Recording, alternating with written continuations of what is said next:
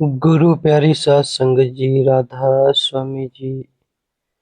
आज की जो साखी है वह सत्संग की महिमा पर आधारित है कि कैसे सत्संग सुनने वाले का कितना बड़ा फायदा होता है।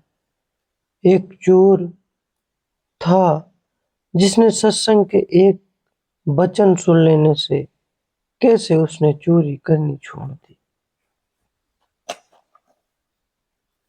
एक बार का जिक्र है कि एक बहुत बड़ा चोर था। जब वो मरने लगा तो उसने अपने बेटे को पास बुलाया और बेटे से कहा, उसको एक नसीहत दी कि अगर तुमको कभी चोरी करनी पड़े तो किसी गुरुद्वारे, धर्मशाला या धर्म स्थान में मत जाना, बल्कि इन चीजों से थोड़ा दूरी ही बना कर रखना। दूसरी बात, अगर कभी पकड़े जाओ तो यह मत मानना कि चोरी तुमने की है, चाहे कितनी ही सख्त मार पड़े। लड़के ने कहा, जी पिताजी, सत्य वचन। इसके बाद चोर मर गया और लड़का रोज रात में चोरी करता रहा। एक बार उस लड़के ने चोरी करने के लिए किसी के घर के ताले को तोड़ा। घर वाले जाग गए और उन्होंने शोर मचा दिया। आगे पहरेदार खड़े थे। उन्होंने कहा, आने दो, बचकर भला कहाँ जाएगा। अब इधर घर वाले खड़े थे, उधर पहरेदार। चोर जाए तो किधर जाए। खैर, किसी तरह वह बच निकला। रास्ते में एक धर्मशाला पड़ती थी। उसे अपने बाप की सलाह याद आई कि धर्मशाला में नहीं जाना है, अब करे तो क्या करे। आखिर यह सोचकर कि मौका मिलते ही वह धर्मशाला के अंदर चला गया। बाप का आज्ञाकारी बेटा था। कानों में उंगली डाल दी कि सत्संग के वचन कान में ना पड़ जाए। अब मन आखिर अड़ियल घोड़ा है, इसे जिधर से मोड़ोगे ये उधर ही लेके जाता है। कानों को बंद कर लेने पर भी चोर के कानों में यह वचन पड़ गए कि देवी देवताओं की परछाई नहीं होती है। मन में कहा कि परछाई हो या ना हो, हमको इससे क्या लेना। फिर मैंने यह वचन जानबूझकर थोड़ी ना सुने हैं। घर वाले और पहरेदार पीछे लगे हुए थे। किसी ने बताया कि चोर धर्मशाला में गया है। जांच पड़ताल हुई, चोर पकड़ा गया। पुलिस ने बहुत मारा, लेकिन चोर ने यह नहीं कबूला कि चोरी मैंने की है। अच्छा, उस जमाने का एक नियम भी था कि जब तक मुजरिम अपराध को न स्वीकार कर ले, सजा नहीं दी जा सकती थी। आखिर राजा के आगे उसको पकड़कर पेश किया गया। वहां भी खूब मार पड़ी, लेकिन चोर को न मानना था। वह नहीं माना। उन्हें पता था कि देवी की पूजा करते हैं, इसलिए पुलिस ने एक ठगनी को सहायता के लिए बुलाया। ठगनी ने कहा कि ठीक है, मैं इसे मना लूंगी। उस ठगनी ने देवी का स्वांग बनाया, दो नकली बाहें लगाई, चार हाथों में मसाले जलाई गई, नकली शेर की सवारी भी की। क्योंकि वह पुलिस के साथ मिली हुई थी, इसलिए जब वह आई तो उसकी हिदायत के मुताबिक जेल के सारे दरवाजे कड़क कड़क कर खुल गए।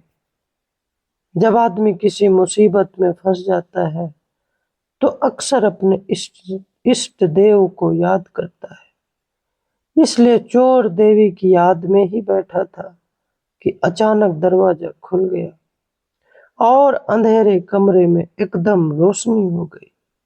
देवी ने बड़ी शान और एक खास अंदाज में कहा, देख भगत, तूने मुझे याद किया और मैं आ गई।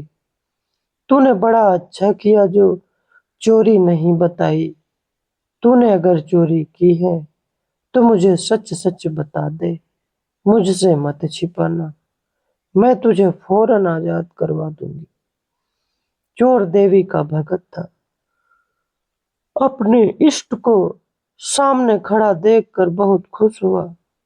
मन में सोचा कि मैं इसको सच सच बता दूं।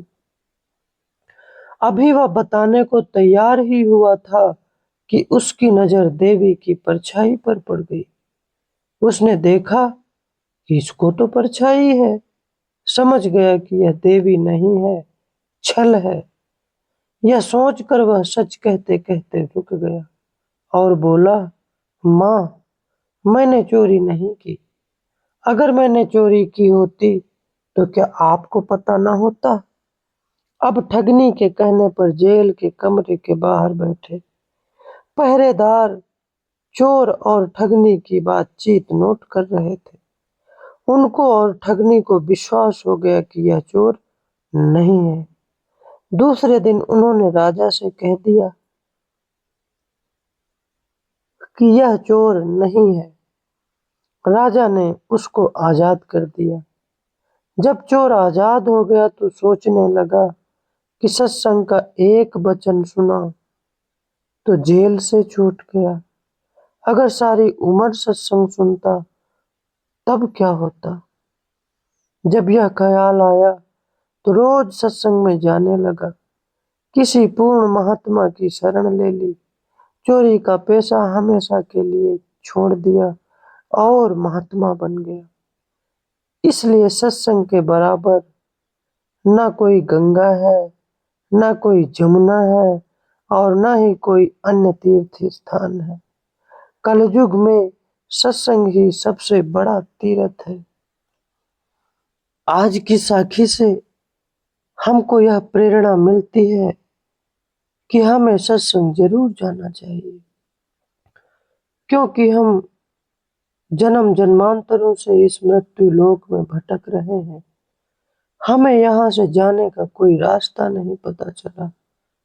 यहाँ से जाने का रास्ता केवल सत्संगों में जाकर ही पता चलता है और किसी संत या पूरे महात्मा की शरण में जब जाते हैं, उनके सत्संग को श्रवण करते हैं, तब वहां से पता चलता है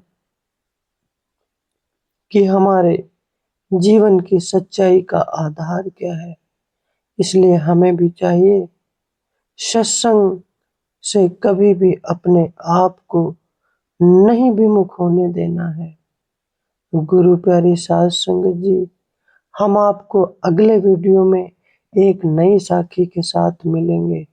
तब तक के लिए आप लोगों को मेरा प्रेम प्यार भरा राधा स्वामी जी।